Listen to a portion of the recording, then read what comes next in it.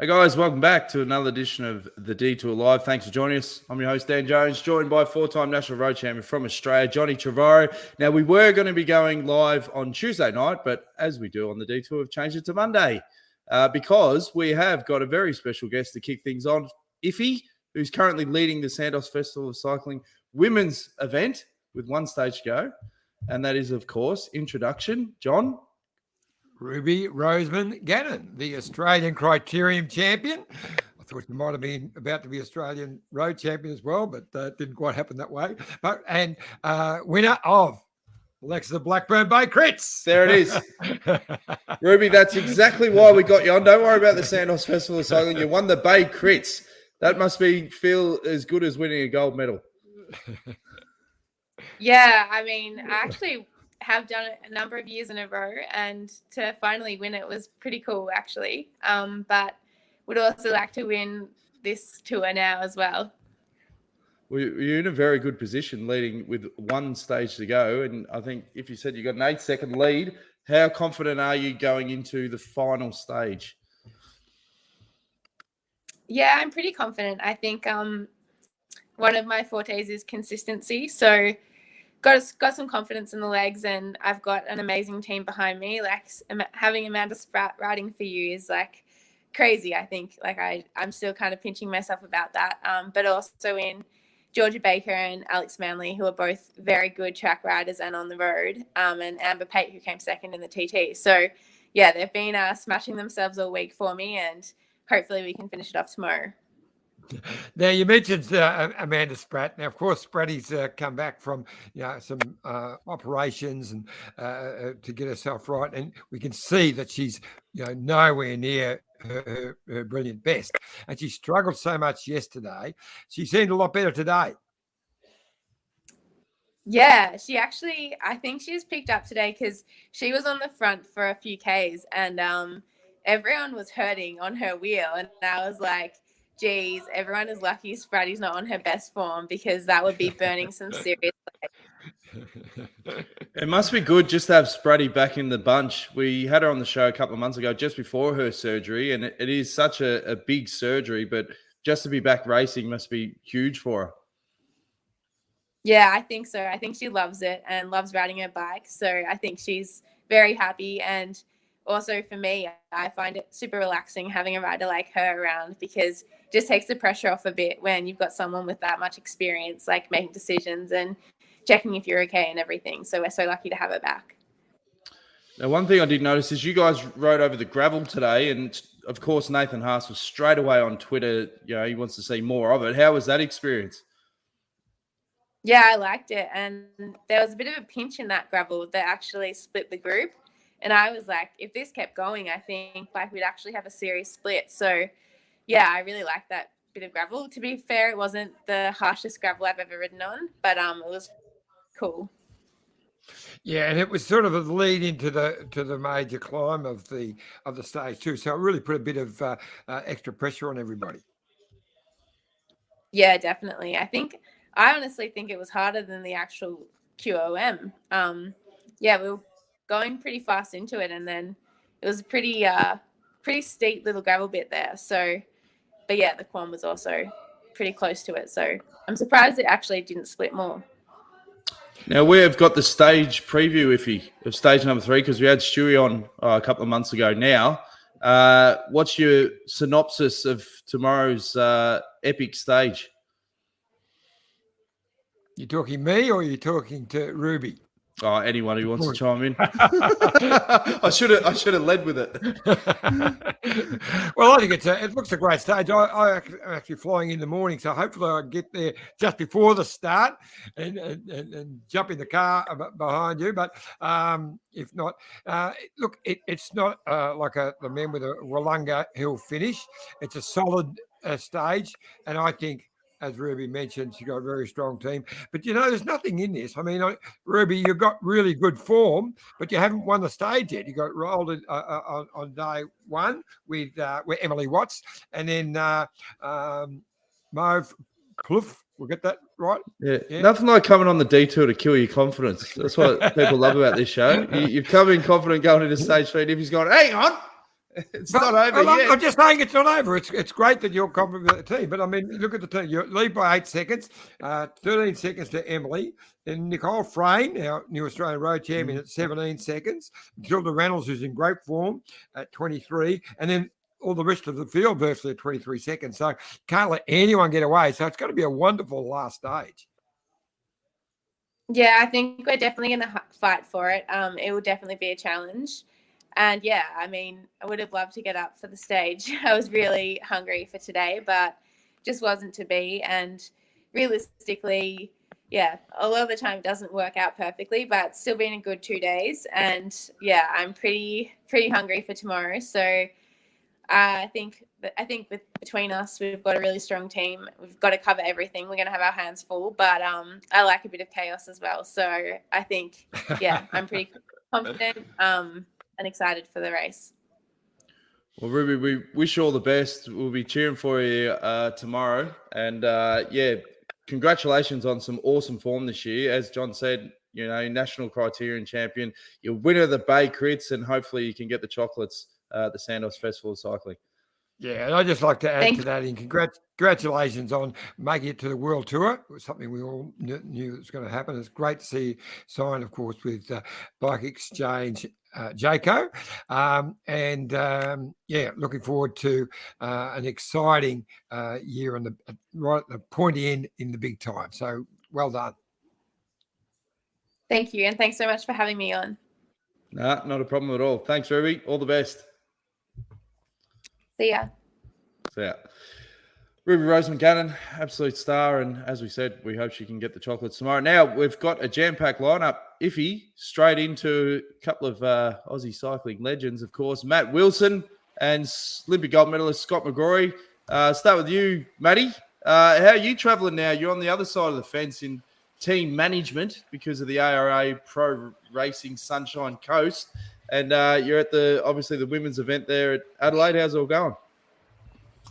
Mate, it's going great. Yeah, fantastic. Can't complain at all. So we got the stage win today with Maeve Plouffe, which was an awesome ride. So yeah, we're in a good position. Second overall now, going into the final stage tomorrow.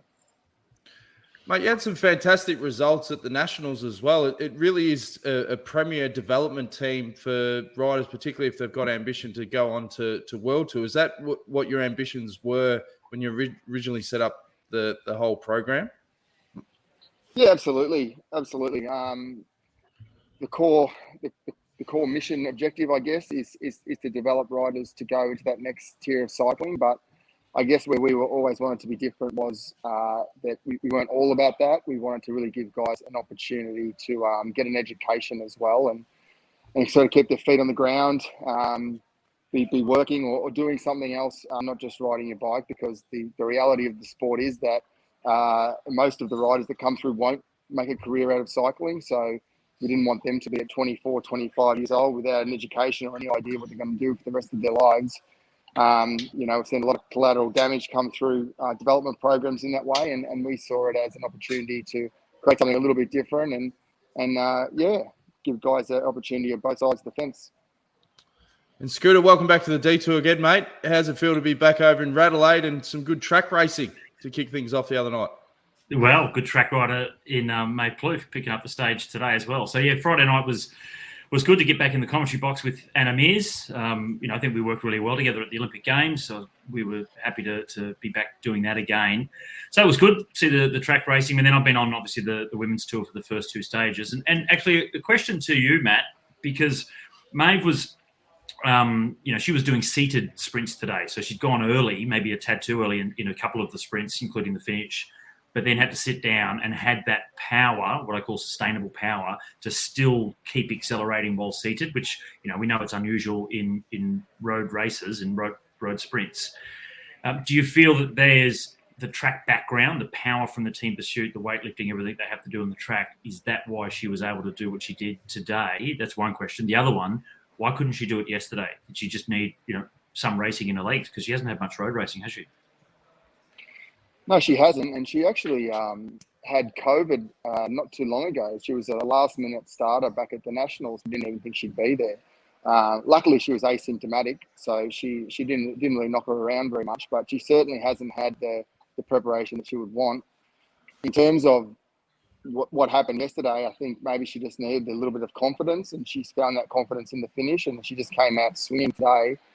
In terms of why she can do what she does, I'll leave that to the coaches and God. I don't know. but she, what she did in that first sprint, I think, she went way too early. But I don't know if you saw, but the 500 meters before that, she was in the wind as well, just sort of sitting there. So she's clearly got some horsepower, and she just got better as the stage went on. What's the crowds been like on the ground, Scooter?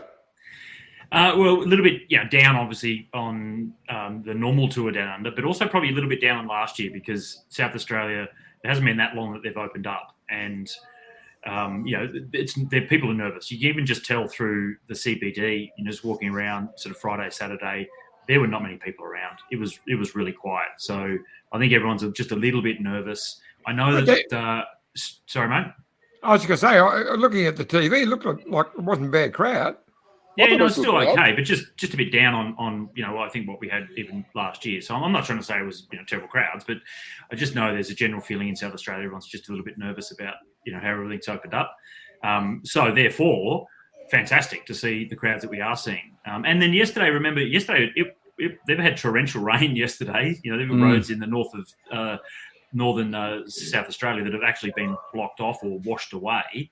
And there was still plenty of brave people that rode out to the stage and then rode back in torrential rain. So there's some hardcore fans in South Australia that are still desperate to get out and watch bike racing, which is a really good thing to see. Is the overriding feeling being like adding more events to give this whole festival branding? When it does go back to World Tour, they're going to stick with it because it has been such a popular formula, Scooter? Yeah, talking to Stewie O'Grady about all that. Obviously having the NRS race here, when the World Tour comes back, the budget with them will increase as well. The budget is much, much less for this event through South Australian government than it is for the World Tour. So that'll go back up again. And as long as they can manipulate it with the government and how much money and the sponsors, etc., Stewie's really keen to keep the NRS element to it. So the women's race will go back to being perhaps, World Tour level. But for the NRS, there's a question, so what will they have? And he's really keen to continue that on. So you can imagine what that would be like for all the National Road Series teams to be involved in this when it does go back to World Tour level. Of course, they're not going to race in the World Tour race. They have a separate race before the Tour Down Under starts. But then that just adds to the vibe, of the race itself and the legacy that it will then continue to have for the next level of riders coming through. And those kids that go into the NRS, they'll be inspired because they'll be here racing, almost nearby the World Tour guys. And it just makes sense to have all these other events that have come in. So that's the opportunity that has come from the pandemic for this event. I think we'll see that really grow in the next few years. I was just going to ask Maddie, were you in the race car today from the stage?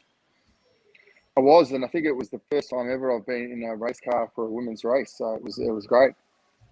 Exactly what I was going to ask. So your impressions of the difference of jumping in the race car behind the women's race and the men's race. Yeah, look, it's very different. It's a very different style. We've brought in Lucy Kennedy as a women sports director this year, which is great. So she's I think it was only her third day ever behind the wheel as well. So, but yeah, look, it's definitely a different style. It takes a bit of getting used to, but it's great to see. Was the highlight, talk about experiences in the car, was the best experience you ever had in the car that week we had at California? I think, was it 2013? Was that when you look back at your time in the team car? I do look fondly at that, although I was race weight, I reckon, the first 4 years of my retirement until I got to that tour, and I put on 2 or 3 kilos with you in the car with American junk food, and I've never really got it off. Do they give you a lunch pack at Tour Down Under? No. We do. Staff do. What do you get in the lunch pack? Do you get samples of the region or? I haven't actually had one yet. I asked the question on the way back from the States today because I was starving. And they said, yeah, the lunch packs, you pick them up at the finish. I'm like, oh, okay, well, I'll get one tomorrow. So I'll have a look tomorrow and let you know. Well, Matty, yeah, mate. Sorry, I got to throw it in there. I remember at that California, every time I opened a glove box or a side panel or a rooftop thing, lollies would just fall out and hit me on the head. He'd stash them in every corner of the car. Oh, mate, that was the best thing about America is like every little region you'd go to, there'd be like a lolly shop and you could just get, I think we got those popcorn. Remember you told me about, they got the best popcorn. It's like sweet and salty. I'm like, what? We didn't have that in Australia at the time. And then we just got bags of it and railed it. And then that mechanic nicked it and I think he got the lemon and sauce at the end of the year. but I was going to say within your group, Matty, given that, this is the last year before it probably goes back to World Tour next year, there must be a big buzz, particularly among the younger riders to go, this is such a huge opportunity with national TV coverage to really make it count. Because if you do show form, this is the best opportunity for World Tour teams to see what you can do. Yeah, and look, I was so happy to hear Scott say that they're thinking about investing in this race and the NRS for the future, because it has been a huge opportunity for these young riders, especially when you consider the fact that the whole season, pretty much the last 2 years, have been wiped out due to COVID, but they've had this to look forward to, and it has been just a massive thing for them, and to continue that legacy, I think it'll show fruit in the future for Australian cycling, having this on the calendar at that level. Well, you're running your own NRS events yourself now. You launched one, was it in December last year, November? Do you reckon this will have a spillover effect into other events for the NRS in terms of trying to get sponsors and, TV, all that sort of stuff? It all helps, doesn't it? So Australian cycling needs events and needs people to watch events and needs people to understand the teams and understand the riders and get invested in them. And the more events that there are and the better quality events like this with television and all that sort of stuff. And it all just creates an asset that people want to get attached to. And, then we get it on TV more often and all of a sudden we've got bigger sponsors and a bigger sport in Australia. So, yeah, absolutely. Scooter? Matt's absolutely spot on there. So one of the things that I'm sort of witnessing is with the growth of the Tour de France, it has actually hurt some of the smaller events and also some of the smaller teams. I know in Europe, so if you go to Germany and, even some of the other countries, France, some of the smaller tours have disappeared because they don't get the same sort of recognition as the Tour de France. And it's almost the same here as well. So our Aussie cycling fans, because it's the Tour and the classics are so accessible to watch, a lot of Aussie cycling fans aren't interested in watching the domestic racing and the National Road Series. And we have half-hour shows for every National Road Series race, including the Sunshine Coast one that Matt put on and the crew. But the audience isn't that big. So if we could get the Australian domestic sports fans, not just cycling, but sports fans as well, to actually partake in the coverage, watch it, be enthusiastic about it and enjoy this next block of incredible talent that's coming through, it's only going to make the sport grow. And then it'll actually give them more to see. They'll get more recognition and they'll have riders that they've met through watching the National Road Series that have gone into the World Tour that they'll have this much stronger connection with when they're watching them at the Tour de France and the women's races as well overseas. So we just need to be a little bit more patriotic and I think support our domestic scene and get on board. Yeah, look, you're both spot on. And one of the secrets to all of this is television. And that's where I'm a big fan of SBS. I know Channel 7 are covering this one with their streaming through 7 Plus. So, jump on board and watch it. But SBS is such a great supporter of grassroots cycling in Australia. I know they've been a bit of a whack of late because of some changes in direction, but overall, that we, as Matty Wilson will attest to, we need the events to be covered, and no one's got the budgets to cover them like we would, like they can with the Tour Down Under, whatever. But we've got Tour of Giftland coming up in a couple of weeks. Warney, SBS are covering all of those with their streaming, and we just need the fans to jump on and make sure they do watch it, because that's the future for all of us. We've got to be able to give something back to the sponsors. It's fantastic to have the sponsors we're getting, but you've got to be able to deliver something for them. So SBS is crucial to all of that. Well, we've seen what effect that the Special Ks have had on tennis. That's Kyrgios and Kokkinakis. They're flamboyant. Maybe you could have that as part of your program, Matty. get one or two just rough nuts to shake the apple tree just to get a bit of exposure, maybe stage something just to get a viral video going. Is that part of the system? Brownie, bring back Brownie Bring and, back Brown. and Robbie McEwen. They got a belt up in the Bakerits years ago. It was the best thing that ever happened to our ratings. And Scooter and Brownie, there was a belt up there. Scooter was involved. Everyone I was going to leave that one out, but anyway. Bring back the Biff. It's like when we crashed the bus under the gantry at the Tour de France. It's That's the right. best green edge ever got. That's right. No, Maybe for one of your events. Are you angling for a job, Jonesy? You be just the guy to orchestrate Okay. social media like that? All right, let's talk off air. Let's stage something. And you won't know when it's happening, but something big is going to happen on the NRS this year, I can guarantee. Make sure you watch. Yeah. Now, Matty, I know you've got to nick off to a meeting very shortly. If you got anything to fire in or Scooter before we let Matty go? No, I'm looking forward to catching you tomorrow, Matty. I'll be a thumb out trying to get a ride in the car for a lap or so. But look, I'm excited that the ACA, what you've done, Matty, is brilliant, really. I mean, you were DSing with one of the big teams in the world with Green Edge, Bike Exchange, and you've come back and set up this wonderful setup, the ACA with the Sunshine Coast, and it's just chapeau to you, mate. Hats off. It's been a brilliant job, and you're doing it so professionally with some really good people around you, like Hank Vogels and Betty Kirsten. Really good people. So, and now Lucy with the ladies, and hats off, mate. Thanks, Izzy. Thanks, mate. Hey, well, the end of season barbecue with those lads would be a cracker too, wouldn't it? Hey, Matt. So Maeve got the stage win today, so a great result from her. And obviously, she wants to go track Olympics and stuff, and perhaps there's gold medals in the future, or even Com Games this year. But hey, on the dirt today, you had Danny Di Francesco, new signing and fairly new to the sport, coming across from triathlon, and she was in the mix. She was hurting some legs going through, the dirt section today through the climb. So you must be pretty happy with how promising she is. Oh, absolutely. We've got a few amazing stories in there, like a couple of triathletes, a mountain biker, all very inexperienced. And Danny's story, I mean, she's 29. She's come from triathlon. She's actually only been racing full-time on the road without any triathlon training and concentrating on it about 6 weeks now. So she's just an amazing talent. And, although she's a bit inexperienced, she's actually handles herself pretty well in the bunch for someone who's so raw. And she's just mixing it with the best. So she's a really exciting rider. How do you find this talent, Matty? Do they come to you or?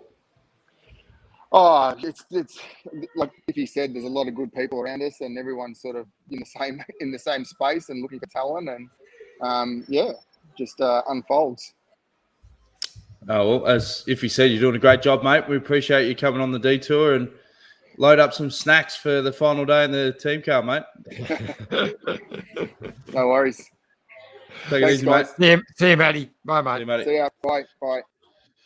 All right, that part of the show, we'll have a quick drinks break and we'll talk some more Santos Festival of Cycling on the other end. Look at this bike. You think it's just a bike, right? But it's not. It's a bike 374 people are looking at. This guy, this girl, them, all looking at it. People from here, there, and wherever this is. People that are looking for a bike. Or just a piece of it. Amateurs, semi-amateurs, and pro-amateurs. This guy wants this bike, but with this crank and these bars. This could be the perfect match. But not this one. This girl has a bike to sell, and thousands of people might purchase it. Eyes on Bikes help grow small businesses. His, hers, yours, and the latest data and insights help those businesses keep moving. We are the world's #1 bike marketplace, with over 500,000 products and 900 brands, where buyers and sellers are brought together in a place where a bike is never just a bike. Bike Exchange, where the world buys, sells, learns, and rides. Life is like a two-way street. It's about consideration and mutual respect. Roads are much the same. However you get around, walk, ride or drive, If we share our roads, we can all be safer. The Amy Gillett Foundation is Australia's peak cycling safety charity. Our mission is for safe cycling in Australia.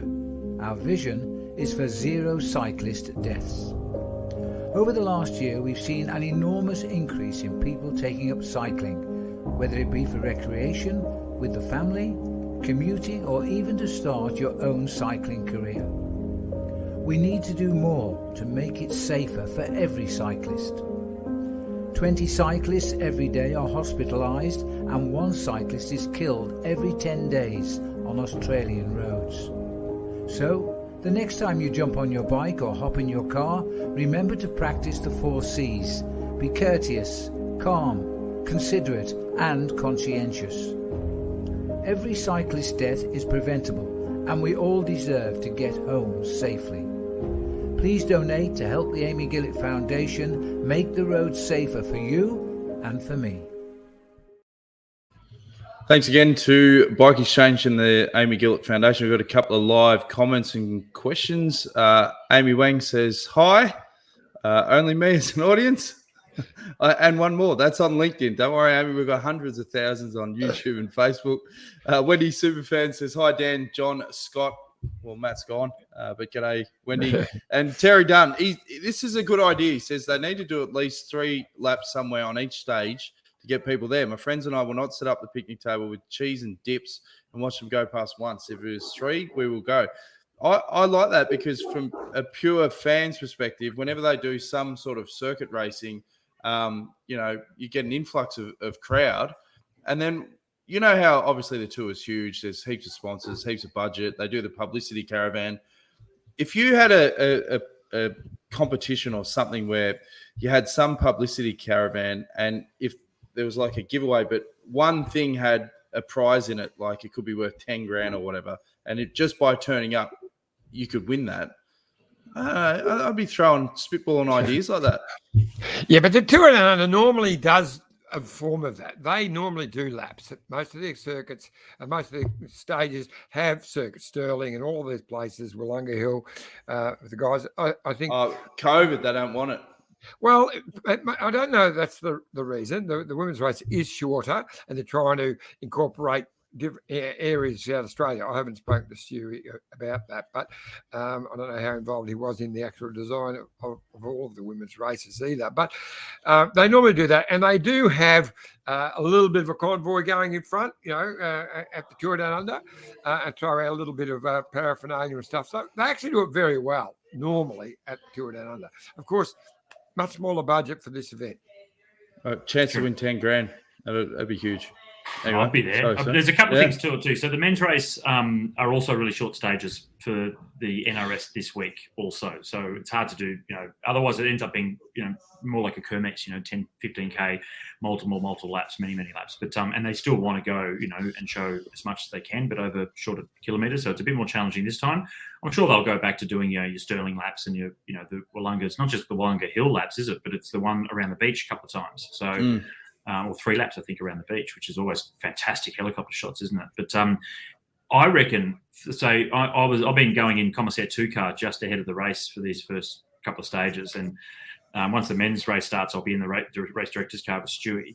And if they were doing laps and someone had a really lovely picnic area, that would give us an opportunity to eyeball at the first lap and then stop the second and third lap to grab a sausage or 2 as well for ourselves. Yeah. So I'm a big fan of doing that. Absolutely. Jason Cruz from the Maldives says there are some others here. So we do have a bit of a crowd tuning in. And Sally agrees with Terry as well. She wants to see more laps. Now, Scooter, we mentioned at the start of the show, you obviously commentated with Adam Ears on the track. What were a couple of the standout performances for you? Well, actually, one of the guys I ride with in the Bendigo, we did this at the end. They asked us, what were your highlights of the night? And for Anna, it was the farewell to Annette Edmondson. So, Nettie was there and they did a big farewell and a lap of honour. So that was really nice to see that. But in the men's elimination race, it came down to Jensen Plowright, who has a fantastic reputation for having lots of desire to want to win these bunch races, right? Meaning he'll go through a gap that wasn't there and sometimes some people, the next time you come around the following lap, the people he may have touched to get through that gap are still laying on the track. So he has that kind of reputation. But it's exciting, right? So and in this case, he wasn't actually doing anything wrong at all. He, Graham Frisley, and Blake Agnoletto. Now, Blake, young guy that's part of our Bendigo bunch, he wanted to get through a gap, coming down to the last 3 riders. And it was some real hip and shoulder and headbutts. And, we're not supposed to condone this sort of riding, but gee, it was exciting to watch. Some old school, hip and shoulder. It was, and just showing these young guys with some real bike skills and some real courage and some guts to actually have a real crack and try and win a bike race, not just sit back and get boxed in. So I really did enjoy that. Matthew Richardson was the fastest of the sprinters and basically starts his season by just going out and riding a 9.5 flying 200 metres. Wow. And Matt Glates was only just slower than him, and he'd been on the bike for 2 weeks after, I think, 4 or 5 months off the bike after the Tokyo Olympics. So for these guys to just pop up on the track now and do these 9.5-second flying 200s, that blows my mind. They are just so fast, and it's exciting for the future of our track sprinters. What gear were they riding, do you know?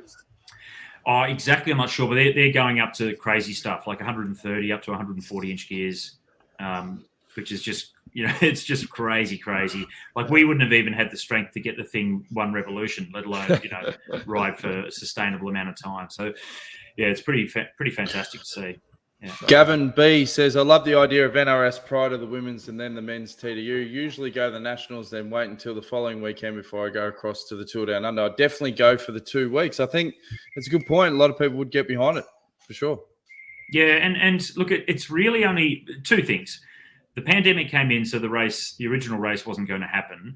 And you had new race director with Stuart O'Grady, who was thrown in the deep end. Look at this. For his first 2 years, being race director, and it's been pandemic plagued. So they've had to come up with some innovations, which has brought in the National Road Series. And Stewie's really, really on board with looking after the domestic scene. He came through as a kid. He would have loved doing more races as a youngster in Australia before he went off to be a pro.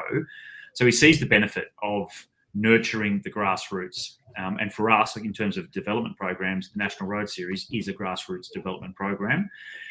It's not to say it's guaranteed that it's going to happen. It still comes down to the overall budget of the event, but he certainly is, looking at hoping that he can keep it in. Yeah, good stuff. Yeah, I think all right. Well, the plan of attack for the rest of the week, we're going to do a show on Wednesday night after the crit. Yes. Yes, Wednesday, we'll be doing a show. Well, we might be doing it during the crit, actually, because after the crit, I'm hosting a function. So, we've seen what you're like when there's chaos around. It's not the best podcasting. It is just loose. But what's the function, John? Looser than normal. It's the Bike Exchange Jayco ladies function, end of race function. Yes. And being the team mascot, you need to be present at all these functions. Exactly. I've got to get it organised. I've got stories. I've got to find a restaurant yet. Oh no, actually, I've done that. Have you? Hey, just on that, because I was listening to your interview, only the last part of it with Ruby, because I came in late, but how good is she? So, I get to interview her after these stages and through the National Road Series because she was so strong, the last year. So I'm talking to Ruby a lot. She is an absolute delight, not just because she's a good rider, but she's so articulate, still only young, 22, but she gets it. She really gets it. She's not talking to me as an interviewer. She's talking to the people down the lens of the camera. And, yeah, she's an absolute delight. So really do wish her all the best this year for sure. Yeah, definitely. Anything else you want to add, Iffy, before we wrap things up? So as you say, Wednesday, and then we'll be on every night after that. So we'll be doing covering every stage of the Santos Festival of Cycling. And I'm looking forward to tomorrow's final stage for the ladies because they've really made a bike race of it, and as confident as Ruby is, they're going to have they're not a real big team. So they're going to have their you cut out killed her tomorrow. confidence. That's for sure. I'm just trying to say this is not over yet. Yeah, I thought being the mascot, you'd be a little bit more supportive, but anyway. I'm barring for it. But hey, we love a bike race. We love a bike race, mate. That's right. All right, well, stay tuned. YouTube.com/Detour Podcast. Tick the subscribe button. Get all the alerts, and we'll be live Wednesday. We don't know what time, but we'll give you plenty of notice, at least 5-10 minutes for sure. Thanks for joining us again, Scotty. Good luck for the rest of the week. What were we going to say before you want to go? No, go. You go, Scotty. I was going to be. I know you guys. I know you in particular, Dan, interested in this, but because I'm doing the Winter Olympics commentary coming up, right? So we know that with the speed skating. Steve Bradbury is going to be doing 4 days of the 8 sessions that I'm doing. He called me today to have a chat. So I'm actually really excited because I'm going to be doing some work with an Aussie sporting legend in Steve Bradbury. So we had our first conversation today about what we're going to do, and he said to me, being a short track speed skater, not the what's called speed skating, which is long track, but they don't call it long track. He said, look, I'm far from an expert, at speed skating. I said, mate, you know a little bit more about it than I do, but we'll work well together, buddy. So really looking forward to that. Yeah. No, he's a ripper. I met him once. We did a little video with him, like a cartoon, talking about his career and stuff, and he was just bloody hilarious. Yeah. Absolutely hilarious. He was guest. I think you were there, Dan. He was guest speaker at a Van Sank. I was there as well. Yeah, interview, and he was brilliant. Absolutely. Yeah, I mentioned that, and I told him about this because he doesn't know the names or yet of the actual speed skaters. He knows all the short track guys, and I said, there's this young kid out of America, 17. He is an absolute unbelievable talent, and they're talking him up like this superstar at 17, and he's their gun in the short stuff, the 500 and the 1,000 meters. And I said he's from Germany originally. His father's German, was a policeman, and he got he and his sister into skating by just clearing out the big pond in their backyard, which would freeze in winter, and then smoothing it out, and that became an ice rink. And so at 5 years of age, that's how he got into skating. And Steve said, "Oh yeah, we did that as well. My dad did that for me in Brisbane." I said, "What?" Obviously, he was just joking. I don't think the ponds in Brisbane freeze. Yeah. Well, they reckon some fun. He loves plugging stuff that he's connected to as well, and I think he's launched a craft beer. And I think they're pretty strict on things that you can plug, particularly during Olympic broadcasts. So you might have to have that mute button ready to go. I think he has been told by the executives at Channel 7 that that's a no-go anymore. Yes. Yeah. Looking forward to it. All right, mate. Well, we'll probably check in again throughout the week. Good luck for the next couple of days, particularly. And we'll check in with you, particularly, John, on Wednesday. So and you've finally broken the record. 38 minutes, under 40. Shortest podcast of all time. Yeah. Well, hang on. There's a bit more I want to say. All right, I'm pulling the plug. See you Wednesday, guys. Take it easy. This is the winning ride